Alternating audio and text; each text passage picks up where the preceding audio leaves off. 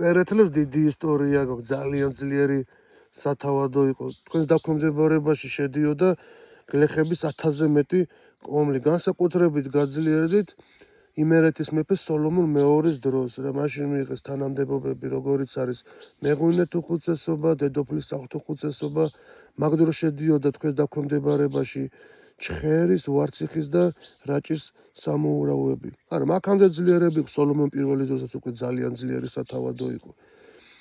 თავიდან თურმე იმერეთში არ სახლობდნენ წერეთლები, ისინი სახლობდნენ ქართლში, ზემო ქართლში, მდინარე ტანას გარშემო სოფლებში, მაშინ იყო დიდი წერეთი და პატარა წერეთი ესეთი სოფლები და შემდეგ უკვე მე-14 საუკუნიდან ჩანს იმერეთში გადასვლა და მე-16 საუკუნიდან უკვე სათავადო იყო, თან ძალზედ ძლიერი სათავადო იყო და მათი რეზიდენცია იყო საჩხერე, სამფლობელო იყო საწერეთლო.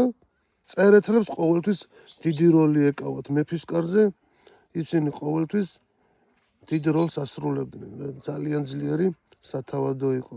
და ყველაზე გამოჩენილი ახლა ყველასთვის ცნობილი არის, რა თქმა უნდა, აკაკი წერეთელი, რომელიც უდაოდ ბუმბერაზი ადამიანი გახლა და ერთი მამამის ერთ ისტორიას მოყვედ მაგი დავამთავრებ რა.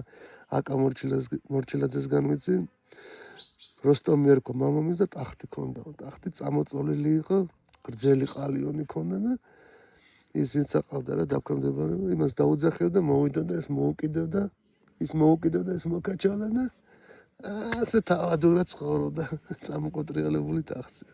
ეს ის კლასგარეშე. გადაუზიარეთ თქვენ მოგვარეებს და ჩვენეთა რაც მე ვერ დავამატე, თქვენ დაამატეთ. და ერთიანი კაი ვიდეო გამოვა რა.